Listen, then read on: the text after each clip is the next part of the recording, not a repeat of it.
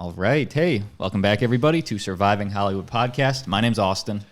My name is Aaron. Hey, I'm Johnny Ray Diaz. We just had a great conversation with a friend of mine. I worked with him twice on True TV show and on a BuzzFeed sketch a long time ago. Mike Dearie, actor, improv guy, good guy. Great guy. Yeah, really cool dude. He talked about working with Gina Rodriguez. Actually, he's friends with her. In Jane the Virgin. On Jane the Virgin. Yeah. He talked about the end of BuzzFeed. How when he first, started off, you do sad days. You did BuzzFeed stuff, and now it's gone. And what do actors do now to start? Talked about doing non-union stuff, and how they basically kind of just take advantage of the actors. I don't know. And the transition from non-union to union. That was a big part of this episode. How we talked about his mentality going from non-union to union. Not that it necessarily relied on that, but just how he changed and how he learned to be himself, and it really progressed his career. And Austin actually knows him because he worked with him on True TV, and he talked about what it's like working with Austin. Whoa, save it for the pod. You guys will find out. Anyway, if you're watching on iTunes, feel free to rate us 5 stars or whatever you feel is fair. 4 to 5. And leave us a comment, and we'd really appreciate it. Or like and subscribe on YouTube. Roll it. Now presenting Johnny Ray Diaz. Ha. Yeah. And the Arnold twins. Hollywood, Hollywood, Hollywood. Tell me what it's like to live in Hollywood. Hollywood, Hollywood, Hollywood. Tell me what it's like to live a life in Hollywood. I'ma survive. I'ma survive. I'ma survive. I'ma survive. Hollywood.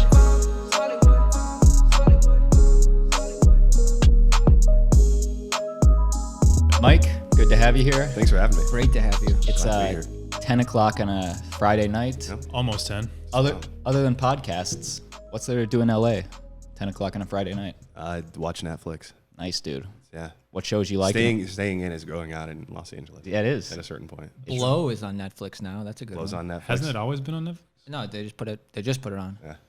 Great movie. Good movie. I watched it. Anyway, I got a question, Mike. Yeah, he's been dying to ask you this. Mike is an actor, Yep. and this is burning inside my head. The old car ride here. Yeah. What gives you the nerve to be an actor? Just pure audacity. The pure audacity. Just straight up, yeah. A blind faith in the impossible. I love it. I Does love that it. suit you, dude? Or you want to? I loved it. Thanks for tuning in, guys. That's our show. I throw the hard balls and then I just sip my beer. All right. Yeah. That's the only question Aaron's going to ask all night, too. I like that. Anyways, No, I'll cool down a little bit. I came in here for Just relax. I think that's a fair little- game. No, Sip the that's beer a solid. little bit. Sip the beer a little bit. our audience would know Mike from True TV's You Can Do Better. I worked true. with you on that. Yep. Good Trouble and Jane the Virgin. Yep. Virgin. How was the Jane the Virgin? Jane the process? Virgin was a ton of fun. It's cool to jump into a show that's been going for a while, especially with people who've been in the industry forever and who've been working with each other forever.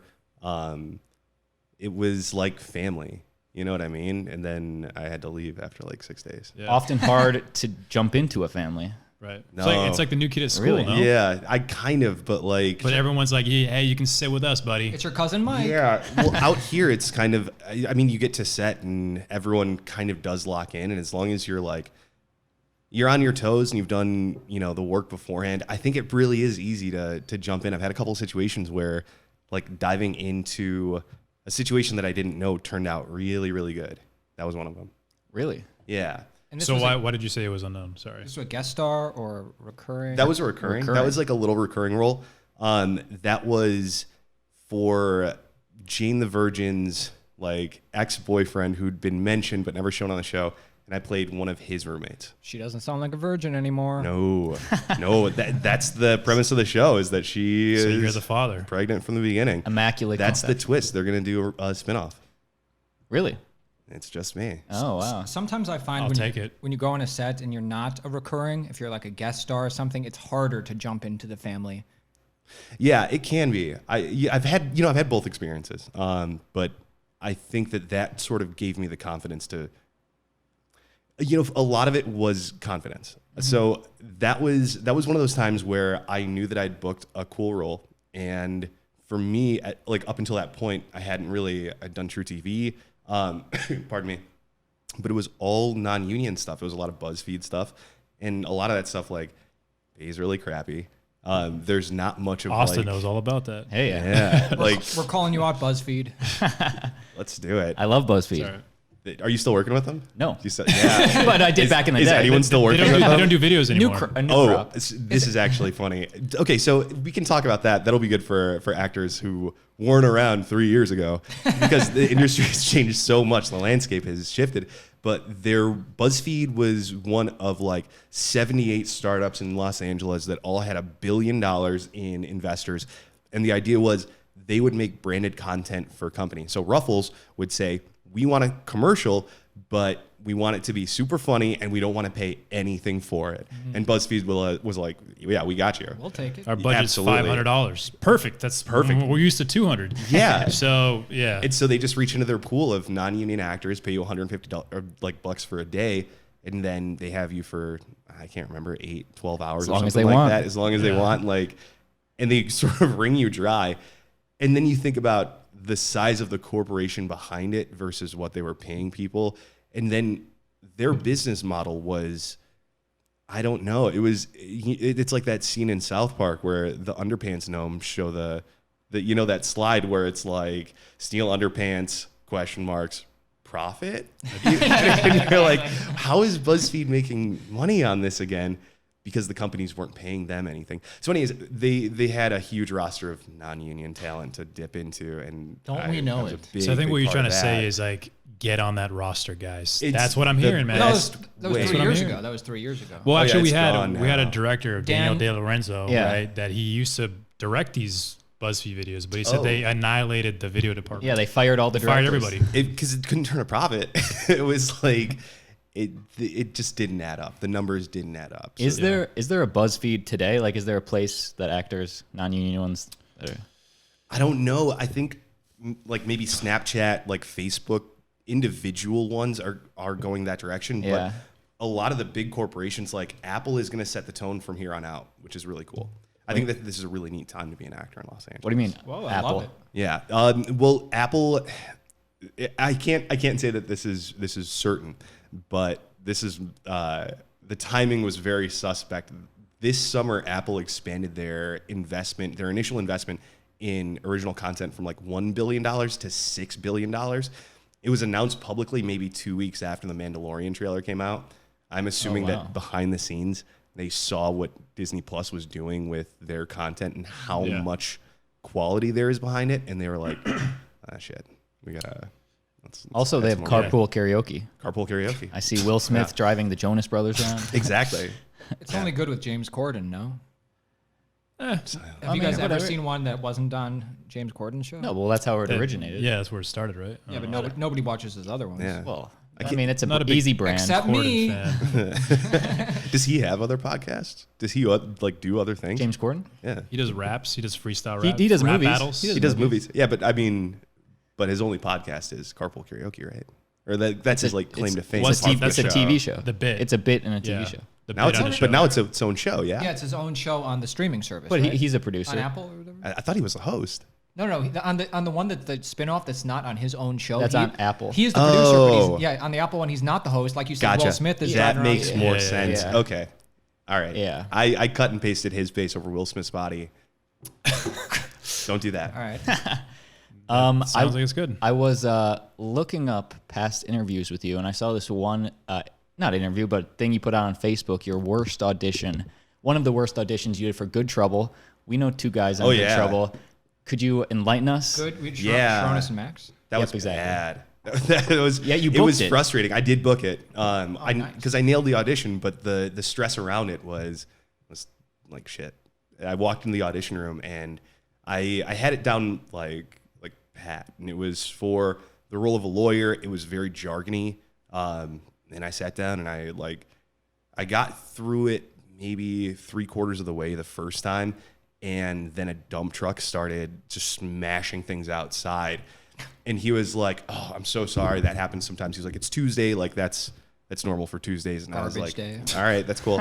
And so we just chatted for a few minutes and then waited. There was a gap, and then I went into it again, and like instantly the garbage truck started again. So that happened about like 5 times, and the wait was always different. We would wait a few seconds and then be like, okay, let's try and jump in, and then I'd get halfway through and then get done, and then we'd talk for a minute and then be like, all right, okay, I think we're good. All right, and then carefully jump into it, and then sure enough, like, and so by like the 6th time, you guys are best friends. Rattled, yeah, we were best friends. We went to his wedding.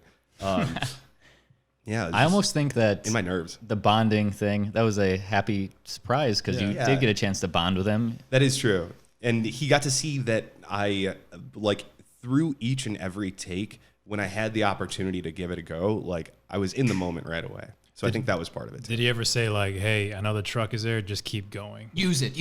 No. So he was like, It was too loud. It was too loud. Yeah. Yeah. Did you walk out of there saying, hey, I nailed this? Or did you like, oh, man, I walked out of there, like, yeah, kind of being like, fuck, man. dumb garbage God truck. damn it. Not blaming, no. I never blamed the garbage truck. That's It was the garbage truck's fault. No, it wasn't. Aw. It's never the garbage truck's It's the fault. casting office's Good fault advice, for not yes. having thicker walls. That too. For doing it on a Tuesday. Sound insulation, guys, come on.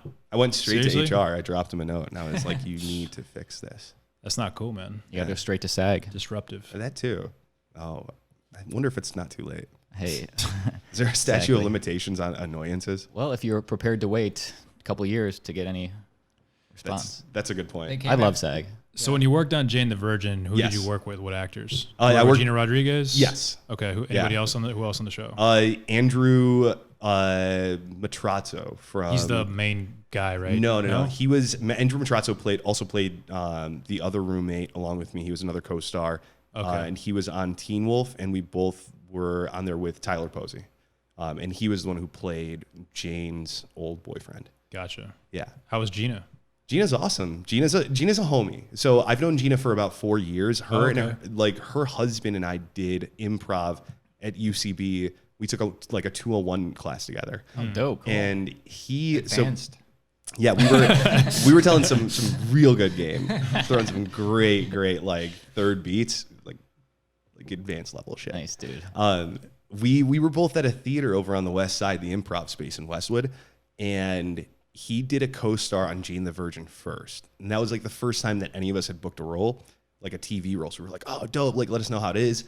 He comes back the next week and we're like, what's going on? And he was like, it went great. I think like I met someone, I'm going to ask her out. And we're like, yo, it's like dope. Like another actress. And he was like Gina. And we were like, what career the suicide. fuck are you talking about? We were just like, not like career suicide, but also just like, all right, like you were a one-day co-star. You're gonna ask out the star of the show. Yeah.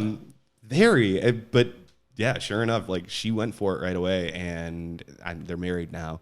But we were out for one of his shows, and it was leading up to season 4, and she just randomly was like asking me about my career and like seeing me in commercials. Again, non-union work is one of those things where you can book a ton and kind of feel like you're running in place.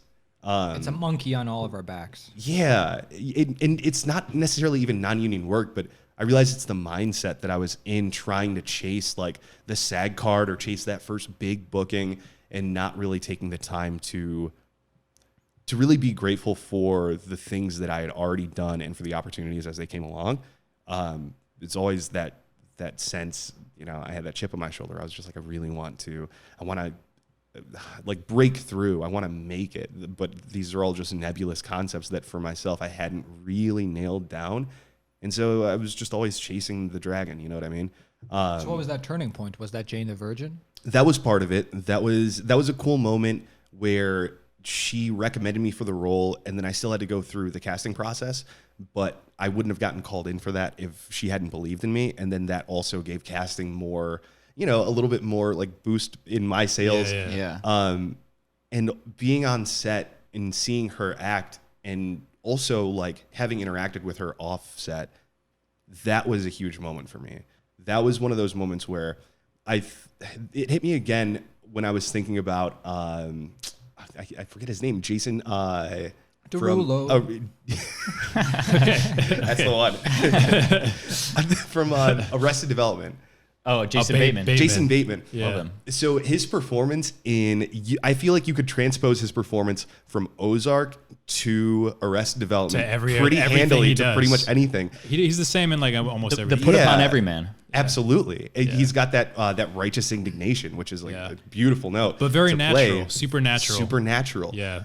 But he's always himself. And there's a lot of Right. actors who, even though they're chameleons, like that was something that for me for a long time, again, I had this very sort of naive sense of acting. I was super good at it in high school, very like natural. Somewhere in my 20s, I started like getting up my ass about it. And then it got to the point where like getting to set, I was super nervous about doing it. I didn't have a craft. I didn't have like a sense of baseline. I didn't know how to hit those notes anymore. And I was in my head thinking that people were doing things that were beyond like the thing that I was doing, or I had lost something. Getting to that set and seeing her, she was just herself. You know what I mean? You're just as vulnerable as you can be, and you just are an amazing listener. But she wasn't doing anything that I hadn't, you know what I mean? Yeah, it was like you're not. I don't want to say you're not doing anything special, but you're just not. You're just kind of just being like. Yeah. She didn't turn it up to 11. She Right. just like opened herself up, and then Right. yeah. And so that was a huge lesson in realizing that, you know, I was probably doing a little bit too much from time to time, or not enough, where I'm just like trying to be laid back, Yeah. or you're trying to put it on, and it's just like, no, if you can just find yourself, be comfortable, that's huge. When you were on set, which series regular did you ask out? I asked out Okay. Gina. Oh, Bad move. Bad move. Sort of soured things. Didn't work too in well. different directions. Yeah, She's like, yeah. you're going to get 4 episodes. Now you're just getting 3. but Gina's directing now, Yes. right? And yes. I saw that she pulled you for. Yes. Did you have to audition for that? Yes, I did. I had to get. How do you know? had to get approval for that. IMDb, baby. IMDb. Okay. Pulled. Well, I mean, he got pulled. Yep. He got a role in it. Got a roll. New Disney Plus show called Diary nice. of a Female President. Nice. Yeah. So that comes out in January. I shot a role in that in July. They're doing reshoots, and that role got cut. So Wait, your role got cut? yes. Part of the game. How come? Part of the game. So the story is about a little girl, and she's like Turns out writing you're her a guy. diary. Yeah. And it's a very like changing story. She grows up to be the president, and so Right. the story's about her as a kid. And her writing in a diary. episode's like a diary entry, you know, and then nice. Gina's playing the grown-up version of her as the president who's running for office and then eventually winning. And then whatever. I think Spoiler. you know what now it's going to be. But who winds up being the president? If she's playing the president in IMDb, that's not a spoiler. Right. We're not cutting anything out, so. Shit. It's a crossover with Lost too. I'm just gonna throw in a bunch of giving away all these disinformation. spoilers. Yeah, she's the smoke monster. It's fucking. Whoa, it's whoa, dope. whoa. It is dope. It is. But It's dope. No. She plays the grown up version of the little girl little who's the girl. star. Originally, she was going to be in every episode, but when they were cutting it, they realized that it works a lot better because it's about the little girl if they just bookend it. So they have to reshoot a lot of it so that Gina's the president at the beginning of the show and the last episode. And they called me back in for a different role for the first episode. So I just got reapproved by the network in the studio for the second role. when you What's the main character's name? The female president. What's her name? Alana. Alana Rodham. That's all I want to say. when you know the director / lead / showrunner, do you approach her, or do you tell your agent like, hey, I know these guys, if you can get me an audition? No. I've never approached her for roles like that. Or your agent or something. Do you say like, hey? No. I this came organically. I've like through her. She hit me up. My agent actually sent me an email and then called me frantically and was like, there's a Disney show. I can't remember the name of it. I'll send you the information in a minute. And I was like, okay. And then a couple minutes later, Gina called me and she was like, hey, I've got a role on this show. Nice. I think you'd be great for it. That's awesome. If you could send in a tape, we still have to, we have to run it through the Look at channels. But approval. like, yeah, it's cool to get that call before things go to casting. You have a chance to make it your own and hopefully they like it enough that they trust you. So when you auditioned for the show, was it just a self tape or did you go in? That was a self tape. Okay. Yeah. The reason I asked is because I did audition for that show. Oh yeah. In person. Okay. For a role, I was like, yeah, I'm probably not a fit Tito. for me. I auditioned for Cousin Tito. I don't even know Awesome. if that's even a thing. Sure. But I remember when I went to the audition, the person running the camera was also the reader. Okay. So there was only one person there. That can be tough. Yeah. Yeah. And I remember there wasn't that many lines. So I was like, yeah, I'm going to throw a little button on there, a little improv. It was kind of like a funny scene or whatever. And I said something at the end of the scene and the guy was like freaking out. Because he was like in a good way. well, no, because he was like looking at the scared. script, like, is that on the paper? Like he didn't know. Do I turn the camera off? Do I say something? I don't know what to do. And he just got really flustered. And he's like, and then he just like, oh, okay, can we just do that again? I don't. And I was just like, I guess I should not Man. improv, man. Sorry. That's rough. That's really rough. Yeah, it kind of sucked. I was like, dude. So when you did it again, did you add the button? I think I said something else, but it kind of took the energy out of the room a little bit. Yeah. And I was like, all right, man. Damn. Don't improv with you. Sorry. That's rough. He seemed nice, but he was just like, he got really flustered. So I was wondering if you had encountered him, but No, self-tape, man. I don't think so. It helps when you know the lead of the show. A little bit. Yeah. Whoa, and it helps when you're talented. No. Yeah, it's the talent. That's my biggest problem. Hey, Oh damn. You can know all the leads on the show, but if you can't kill it, that's right. You can get some talent. You can get some. Yeah, there's like talent enhancing. you can buy some. It's I true. think Kevin Spacey has a master's class. I would Yeah. take all of it from him Well, it's pulled from online now. through my mouth. It's all about eye Oh, contact. oh.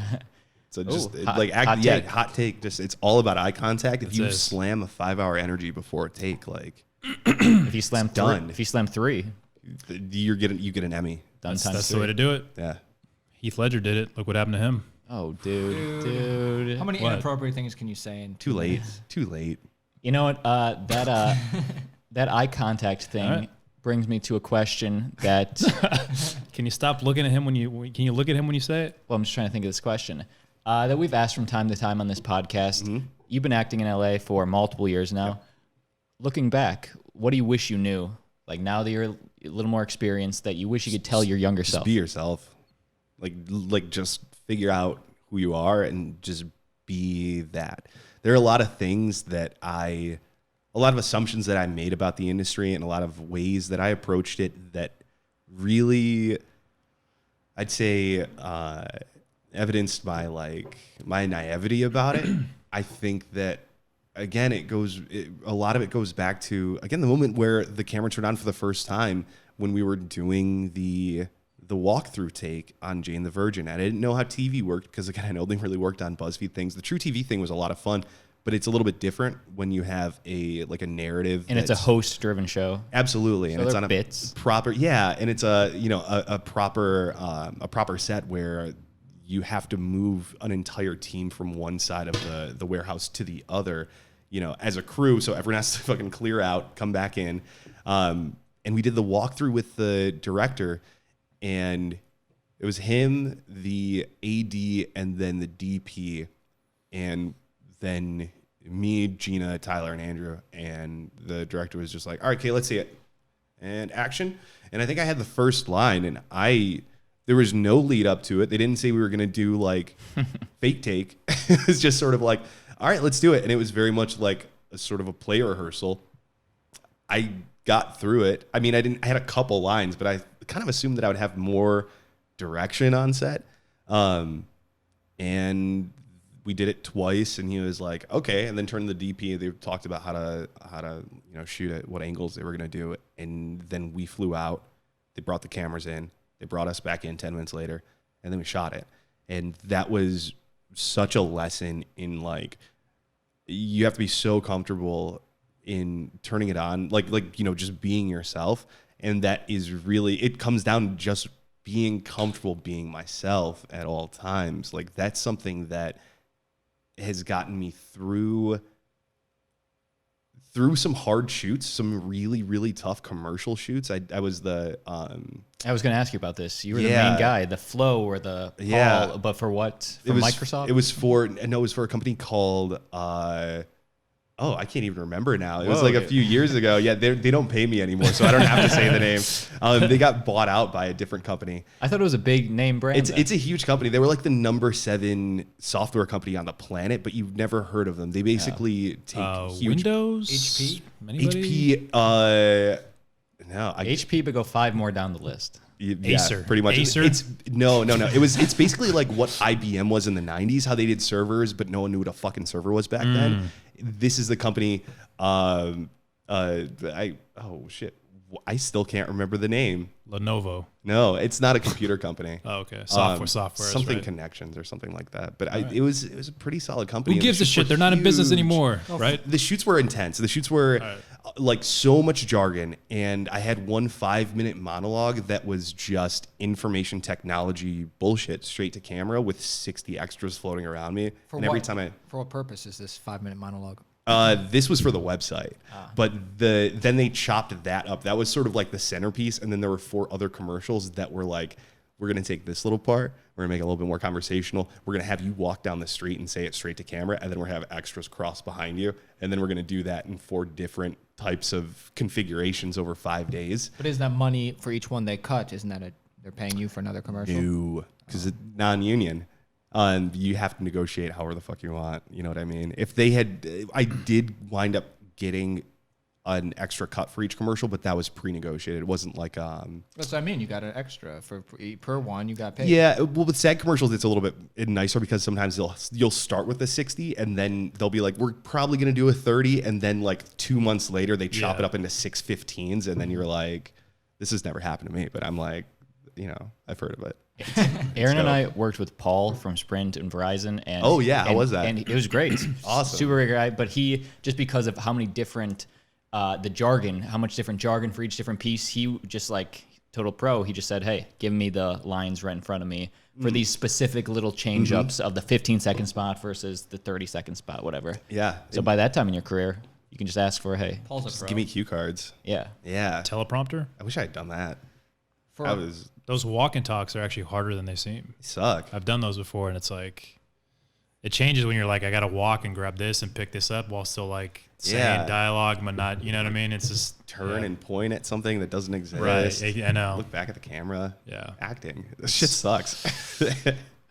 What we're trying to tell you guys is don't do it. Don't do it. We don't need the competition. Is that the lesson that I got to in that story? I think so, Just man. Don't do it. That's what you're telling me, dude. Just Yeah. give up on life. Yeah. Be yourself or don't at all. Or don't be. Be yourself or kill yourself. Or don't Straight be. from Mike. Dude, come on. All right, dude. You took it too far. Oh man. I've seen Joker too many times. per Yeah, man. usual. Yeah. Sorry, guys. Trying to get to those stairs. If you only had to recommend one movie, Joker or Once Upon a Time in Hollywood? I haven't seen Once Upon a Time in Hollywood. I'd go so Joker. it'd have to be I'd go Joker. for sure. I go Joker. Yeah. All right. Even though I loved Once Upon a Time in Hollywood, Joker is a masterpiece. movie. Question: What was it like working with this guy? So Oh, you it was work with fun. Austin on True TV, and Yeah. I saw the bit. He sent it to us. Yeah. We're gonna turn down his headphones. That was and you good tell times. us all about it. Oh yeah, that was good times. What? It was Yeah, it was fun. I mean, fucking. There it is. I remember Paul, the director. Yeah. He was cool. Yeah, Paul was great. Because he's just like, hey, this is a fun little thing for True TV. We Very don't laid play. back. Yeah. That's again another lesson is just how laid back a lot of people in this industry are because it is such a cool job. Getting to set, that's a cool energy to fall into, especially I have been on sets where people are having bad days and clients aren't happy, and it sort of, shit rolls downhill, and it really, really does when you're an actor because the director is right in the middle trying to handle like the demands of a client who suddenly needs you to say the word this instead of the on the last take, and they're smiling through the teeth like, this isn't your fault, but I might strangle you if you get it wrong because I want to go home. And you know what I mean? Yeah. But yeah, I think that overall it's nice to meet people who are really happy and realize like how cool this is. Yeah. Yeah. It's fun. Because like, this is what we Yeah. wanted to do. All those, are you from LA? Shows this, not from Detroit. Oh my God. Yeah. Nice. It's a long ways away. A little bit. So you love Eminem. Yeah. No, but you really love him. Yeah. Like a lot. 8 Yeah. Mile. Yeah. I grew up on 8 Mile. Cool. Yeah. I actually do like Eminem, but Yeah, he's good. Yeah. I like him. respect him. Anyways, One thing I got from that bit, the most important thing is like figured out what to do for an after hours party. I Yeah. was so confused. Yeah, I yeah. never knew what to do until I saw that. Well, there you go.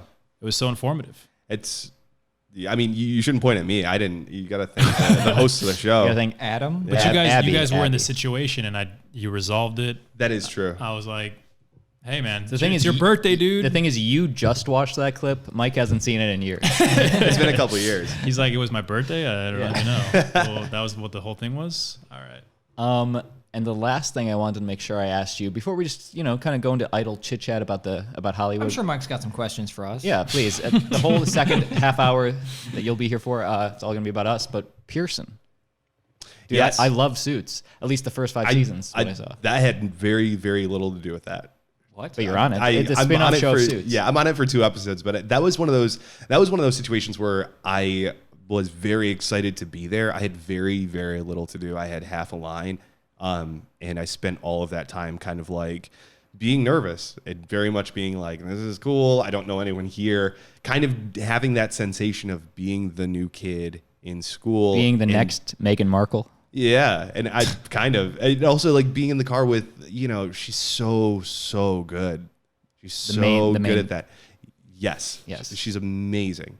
And I kind of like, I didn't clam up around her, but I very much was like, she seemed like she was in her head about it because she's an executive producer on the show.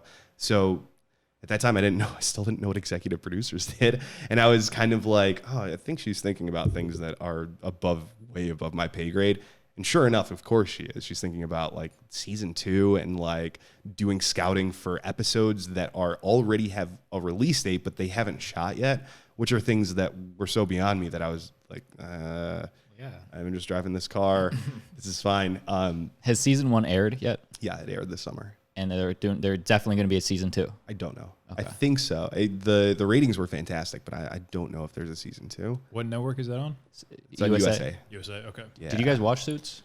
I've seen a few episodes. Did not. I worked with the lead on that show. I forgot her Harvey? name. Or- She wasn't the lead. She was one of the. No, you worked with Maybe. Pearson. You worked with the. What's her name again? I forgot her name. Jessica Pearson. No. But the actress's name. Jessica Pearson. Okay. She's method. She changed it for the show. Fair enough. It's official now. But you worked with her. I did. I worked on a pilot, ABC pilot in South Carolina with her. Didn't get picked up though. Hey, Damn. you're not Mike Dearie. Sorry, man. My She pilots was nice. don't get picked up. I didn't either. know she was married to Lawrence Fishburne. He was on set, and I was like, I don't think she is. "Well, he was there." They went now. He's like, "Oh, that's my daughter," and they were together. The star of Pearson. Are we not talking about the same person? I don't think so. I thought you were talking about. You're talking about the. We're not talking about the mixed same person. black girl that was on. Yeah, Woman. she's like Cuban. I think we're talking about 3 different people now. Yeah, we're definitely talking about somebody else, dude. I was like, I think we're now combining He 2 said different people into one Jessica- person. No, it's Pearson, the lawyer, Harvey's boss / partner. Gina Torres. Gina Torres is who plays Jessica Pearson. Not Pearson. Then I think that is her. I'm looking it up right now. Everybody- Yeah, I did work with her. She's married to Lawrence Fishburne. See who she's married to. Pretty sure she is. I don't think so. I saw her husband on set, and he was very Oh, really? white. Yeah. Anyway, Unless she was smooching on someone else, and that's uh-oh. It was a couple years ago. He was there. So They were Wait. And Maybe her and Lawfish broke up. maybe. And they kissed? They were smooching. I mean, they were. He was like, "Oh, this is my daughter," and they were like together. Oh, wait. Daughter or? There was another. There was another girl there. There was like a little girl there, Too many characters. and I was like, "Why is Neo on set?" Or not Neo, Morpheus. And I was like, "What?" I was so confused, and I'm like, "Oh my god, Me too. Lawrence Fishburne, what he's doing at Crafty?" And then I was like, Turns out do it I was- say something to him? What was this? It was. What did you turns out it work was on? just some black guy. Yeah. He's actually, I'm with I'm one of the truckers here, Transpo guys. Transpo. Stop asking me about the Matrix. Yeah. Hey man, what was it like? And no, dude, it was some pilot called. Oh my god, I don't even remember. That's about right. It was a really weird thing about witches, and Yeah. I remember the audition was the character was a red-haired man, and I'm like, they do realize I don't have red hair, right? No, it's movie magic, man. And Magic Hollywood. I'm like, yeah, I didn't get picked up. Yeah, no surprise. Oh, I remember when you auditioned for that. From red-haired man, you remember? Yeah. The Death of Ava Sofia Valdez. That was the There it name is. of it. Yeah, so there she is. It's funny how booking things can be like, holy shit, I can't believe I Valdez. did this. And then 2 years later, you're like, what the fuck was the name of that or anyone in it? Yeah. Am I thinking of myself? I don't think I was in that. I felt really remembering someone else. I actually remember working on that. I felt really bad because I was playing this like gangbanger dude that was like an homage to one of the leads, like a male version of it. Yeah. And I was with this other dude and this like really old guy, and we were all like these like sort of witches in male form, sort of. Cool. And we had to say our lines in unison. And I felt so bad for the old guy, man. He just couldn't.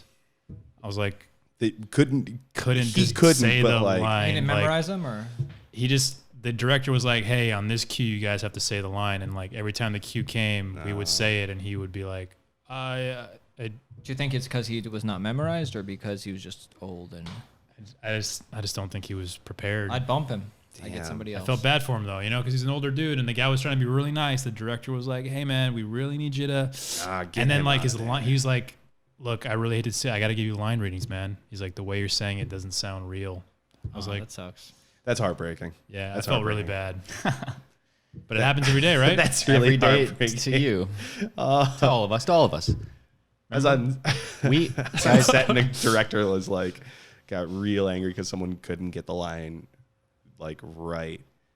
And we were like, what is right though? What do you mean? So the situation is, this was for it was for the same technology commercials, and the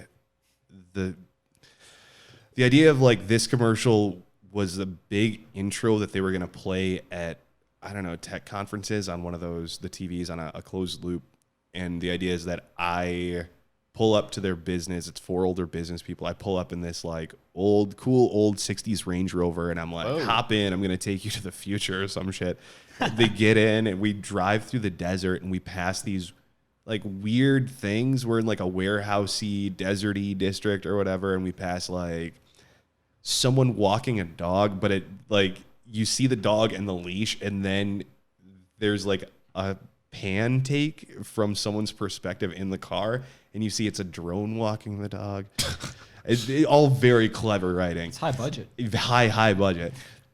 And so we're shooting from the car, and we've got like, a rig in the car. For a while, the director was in there with the cameraman himself to get the over-the-shoulder shots. And then to get the reverse shots, there's a car right in front of us just like holding our speed, and it wasn't even attached.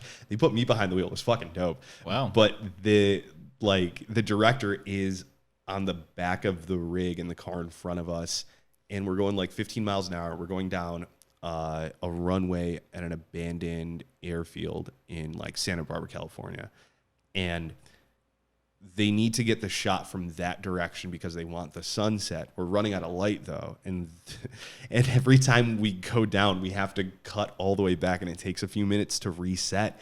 And so we're trying to get this shot, and the guy just can't get the look down right, and then say the line, and he keeps doing the line and then the look, and then like looking too long and then the line. And the director at one point was just like losing his shit. It's kind of amazing. If it wasn't like, I didn't feel so bad, but he was like, I swear to fucking God, you get this right this time, or I will come down there and I will tear your fucking face off. I'll put your skin on and I'll do the fucking line myself. And I was like, whoa. Nice. And he's like, but no pressure. Not even. He was just like, all the fucking pressure. Like, I'm not joking. Let's roll. And he got it, but it was out of pure fear. He was upset. Like the other actors was were the dude like, freaking out? He was a little bit scared. Yeah. And he didn't have a huge part in the commercial already. So to not be able to nail that part, the anxiety builds, and then it gets harder every single take. So what do you think that is? Does that come down to the audition? Just they didn't audition properly, or was it just like he just wasn't prepared on set? A little green. I think that everyone has a different sense of humor. Sometimes the writing, especially when it comes down to someone who, with commercials that non-union commercials are usually written by someone from a company who doesn't have a history of writing consumer-facing ads. I think that that's a very common thing.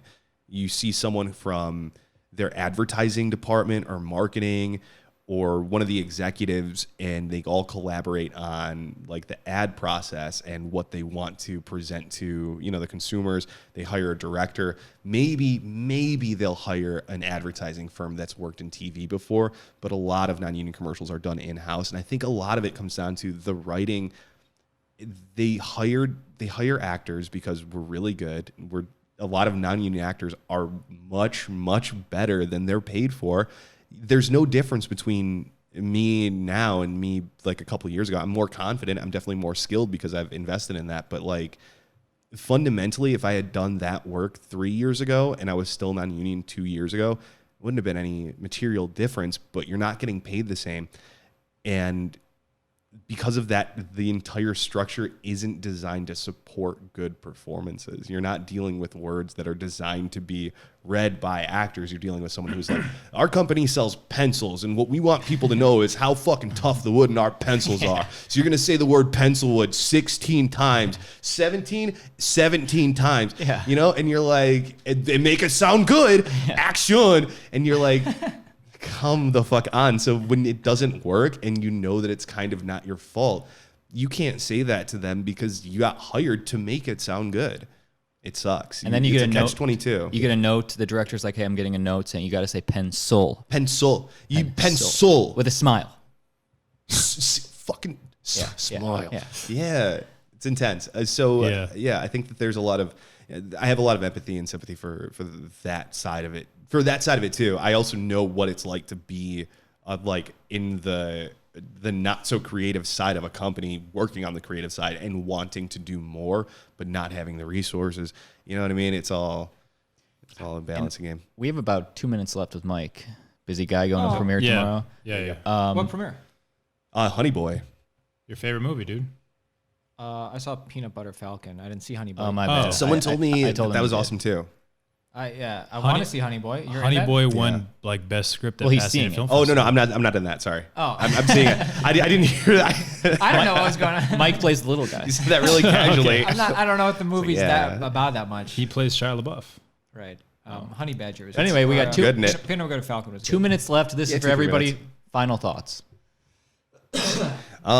Yeah, be yourself, figure yourself out. Like do the hard work of figuring yourself out, and don't skimp on like therapy was something that for me like was hugely important in unlocking the level of anxiety that I felt in acting and in just approaching life. There was a huge sea change between how I comported myself on the set for Pearson, where I was very timid. Like, again, being on set for Jane the Virgin, it was great, but I also was very hyper aware of the fact that, and I very much beat myself up over the fact that Gina was the one who got me that audition. Oh, And really? That's great. You beat yourself up. 100%, because I didn't, and that's something that I didn't do this time for like Diary of a Female President, because I now have the confidence in not my talent and not like I think I'm good at this, but in the skill set that I've developed around my talents, and that's the important part. I've got gratitude. But if she didn't and think you were comfort in good, that. she wouldn't recommend you. Absolutely, but it's So- also very easy to convince you if you don't have a solid basis of like I know that I was chosen because I'm good, and I was still in that mode of like, again, I really hope I get my SAG card soon. I hope, instead of being like, now I look at, so I think that one way to illustrate this is how I looked at people who look like me booking roles. I think you look very castable, especially like for I commercials. appreciate that. But there's, I have a very castable look, but there's a lot of half black guys out there with glasses who have my same look. Right. For a long time, I had this sense of like, I don't know, not competition, but you see someone get cast in a role and they look just like you and have a similar type. And Don't I it know wasn't, yeah, that is so funny. I'm glad you guys have a video of this too. Evidence. For the listeners at home, they're twins. You see someone who looks like you, and maybe it isn't jealousy, but it's very much a sense of like sort of righteous indignation of it has the same roots in a vague entitlement of just kind of like, when is it going to be my turn? I've worked so fucking hard. When is it going to be my turn? And now I see guys booking things that look just like me, things that I'm like, I think I would have killed at that audition if I had a chance. And it's very much like, fucking dope for them because who knows what their life was like? Who knows how hard they worked? B, fucking awesome for me because now every other show on the market can't use that guy who looks like me because he's contracted to that fucking show. Nice. So they have to come to me. You know what I mean? Now it's more of an abundance mindset where I'm just like, I'm excited to see people booking who look like me because I'm like, get out of my way for the other shit. Yeah, and then just, I think, again, being yourself on set. I had a really cool situation this summer. I'll say this before I go, where I booked a role on Liza On Demand on YouTube Premium. She's the YouTuber, right? Yeah, she hosted the Met Gala this year, and that was a one-line co-star audition. I went in, did the audition. It was decent. I left the room, turned right instead of turning left to leave because I had to pee, and I was like, it wasn't that far from my place, but I was like, I'm just going to use the bathroom. And I come out of the bathroom, and as I'm like walking around the corner back past where the casting office is, the guy who was running the camera like had his head out, and he was like, oh, you're still here. Awesome. We had an audio issue come back in, and I was like, okay. Thank God. Yeah, absolutely. And so I did it again. Before I'd even left the room, I heard him like whisper to the girl next to me. He was like, that was it? And it was just like one line, one offhand line. Do you remember it? What was the line? What's the line? It was, I'm standing in an elevator and waiting to like go in, and Liza cuts in front of me and there's not enough space for me. And she can't say sorry. It's like a liar situation. She can't say the word sorry. And What's the line? she goes, oops.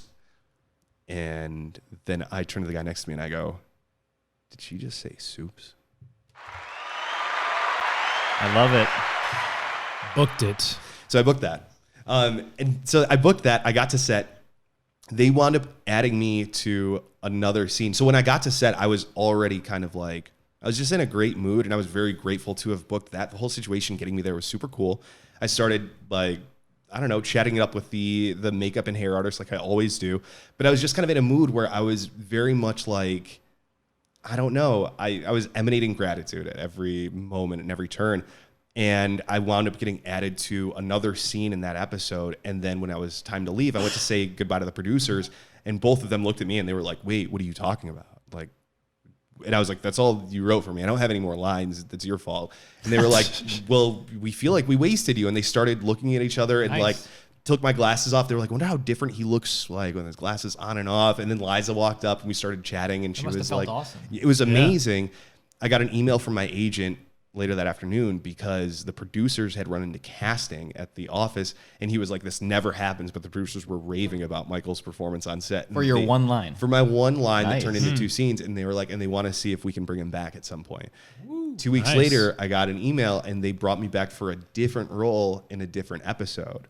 Like, Dude, you're recurring. Okay. yeah. Recurring. Different Yeah. characters. Different characters, yeah. So I Random. exist in the world as like this sort of like It's a magical amorphous world. face that, transforms. You're like one of Adam Sandler's friends in all his movies. That just come back. I'm the Rob Schneider Yeah, exactly. of Liza On Demand's world. That's a good one, man. Yeah.